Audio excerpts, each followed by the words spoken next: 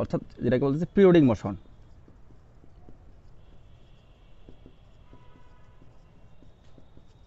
Periodic motion যদি বাংলায় বলি পর্যায়বৃত্ত গতি।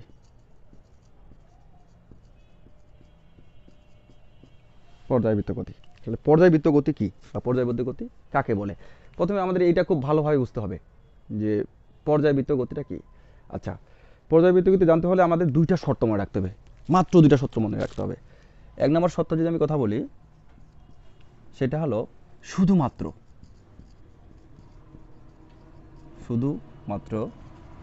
কয়েকটি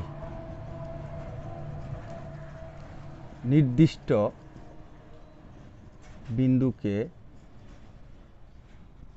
নির্দিষ্ট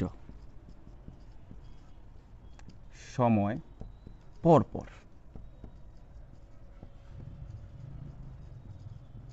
অতিক্রম করা।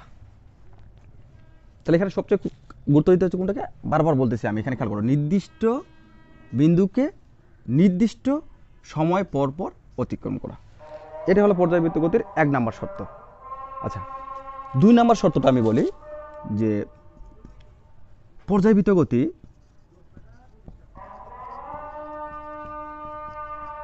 যে কোনো আকার আকৃতির হতে পারে। কারণ এখানে স্টুডেন্টদের মধ্যে একটা মিসকনসেপ্ট থাকে যে পর্যায়বৃত্ত গতি কেবলমাত্র একটা সাইনোসাইডিয়াল ওয়েভের মতো। এই ধারণাটা আমার মনে রাখা যাবে না, ঠিক আছে? আমাকে মনে রাখতে হবে কি তাহলে, যে নির্দিষ্ট সময় পর পর নির্দিষ্ট বিন্দু, আচ্ছা নির্দিষ্ট বিন্দুকে নির্দিষ্ট সময় পর পর অতিক্রম করা। আরেকটা যেটা মনে রাখতে হবে যে পর্যায়বৃত্ত গতি যে কোনো আকার আকৃতির হতে পারে। এই দুইটা শর্ত যদি আমি বুঝতে পারি তাহলে পর্যায়বৃত্তির মোটামুটি অনেকটা অংশ আমরা বুঝে যাব, ঠিক আছে? আচ্ছা, এটা সবচেয়ে উদাহরণের মাধ্যমে ভালো বোঝা যায়। আচ্ছা, আমি কয়েকটা উদাহরণ দিই তাহলে তোমাদের আরও ক্লিয়ার হয়ে যাবে যে আসলে এখানে কি বলছে। দেখো, আচ্ছা আমি যদি একটা প্রথমে বৃত্তের কথা চিন্তা ভাবনা করি, আমরা বৃত্তি দিই সহজ হয়, আমি বৃত্তের দিয়ে চিন্তা ভাবনা করি। এই একটা বৃত্ত, ঠিক আছে? মনে করো যে এই জায়গা থেকে মনে করো এক লোক এই জায়গা থেকে যাত্রা শুরু করছে। দেখলাম সমস্ত বৃত্ত সে অতিক্রম করতে তার সময় লাগছে টি ইকুয়াল টু ধরলাম 30 সেকেন্ড।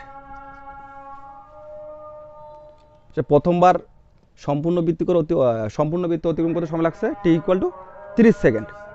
এরপরও যদি দ্বিতীয়বার সে আবার অতিক্রম করে, তারপরও যদি তার সময় লাগে 30 সেকেন্ড, তাহলে আমি বলতে পারবো এই যে এখানে এই শর্তটা পূরণ হবে যে নির্দিষ্ট বিন্দুকে নির্দিষ্ট সময় পর পর সে কী করতেছে, অতিক্রম করতেছে। তাহলে এটা কি, এই শর্তটা পর্যায়বৃত্ত গতির এক নম্বর শর্ত। এটা যে বৃত্তাকার হবে এমন না। দ্বিতীয় নম্বর শর্তটা দেখো, এটা বলছে যে কোনো আকার আকৃতি হতে পারে। এটা বর্গাকার হতে পারে, এটা ত্রিভুজ আকৃতির হতে পারে, এটা বৃত্তাকার হতে পারে। এটা নির্ভর করবে না যে কী আকৃতির হচ্ছে, এটা আমরা খেয়াল করব না, ঠিক আছে? আমাকে মনে রাখতে হবে দুইটা শর্ত, এক নির্দিষ্ট বিন্দুকে নির্দিষ্ট সময় পর অতিক্রম করা, শেষ, আর কিছু না। তারপর এটা হলো যে কোনো আকৃতি হতে পারে। মাত্র দুইটা কথা মনে রাখলে পর্যায়বৃত্ত গতি মোটামুটি সম্পূর্ণ চলে আসে। দেখো এই দুইটা তো মনে রাখা যাবে নাকি? আচ্ছা আচ্ছা, আরও কিছু উদাহরণ দিই তাহলে তোমাদের আরও ক্লিয়ার হবে। দেখো যে ধরলাম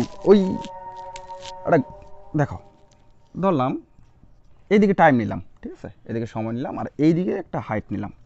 মনে করো যে ধরো একটা মাছির কথা চিন্তা ভাবনা করো, ঠিক আছে? একটা মাছি ওয়ালের মধ্যে বসে আছে, নির্দিষ্ট সময় পর সে উপরে উঠতেছে আবার নিচে নামতেছে, নির্দিষ্ট সময় উপরে উঠতেছে আবার নিচে নামতেছে।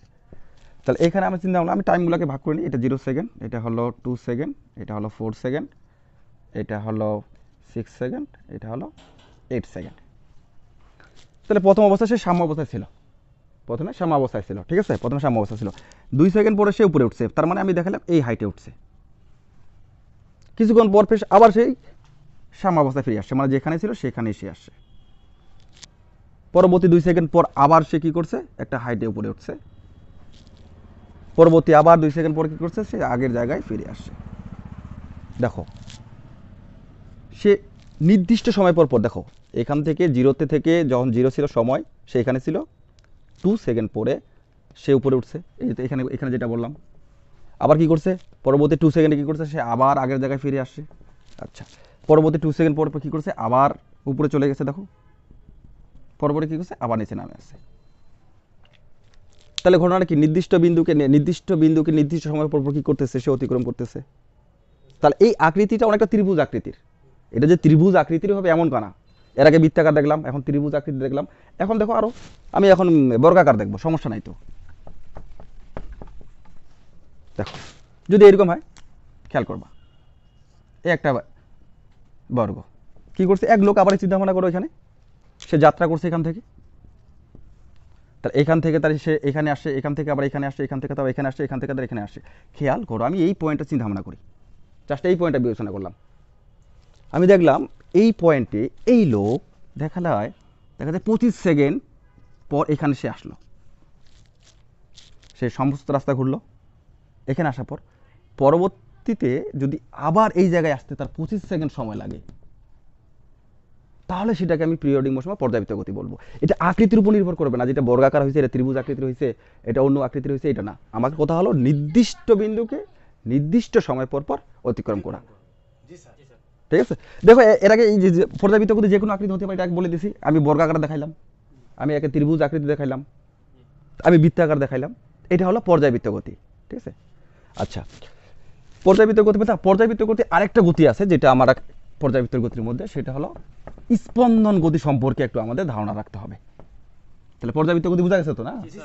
আচ্ছা, এখন দেখো স্পন্দন গতি সম্পর্কে আমাদের একটু খেয়াল করতে হবে যে স্পন্দন গতিটা কি। তাহলে আমরা স্পন্দন গতি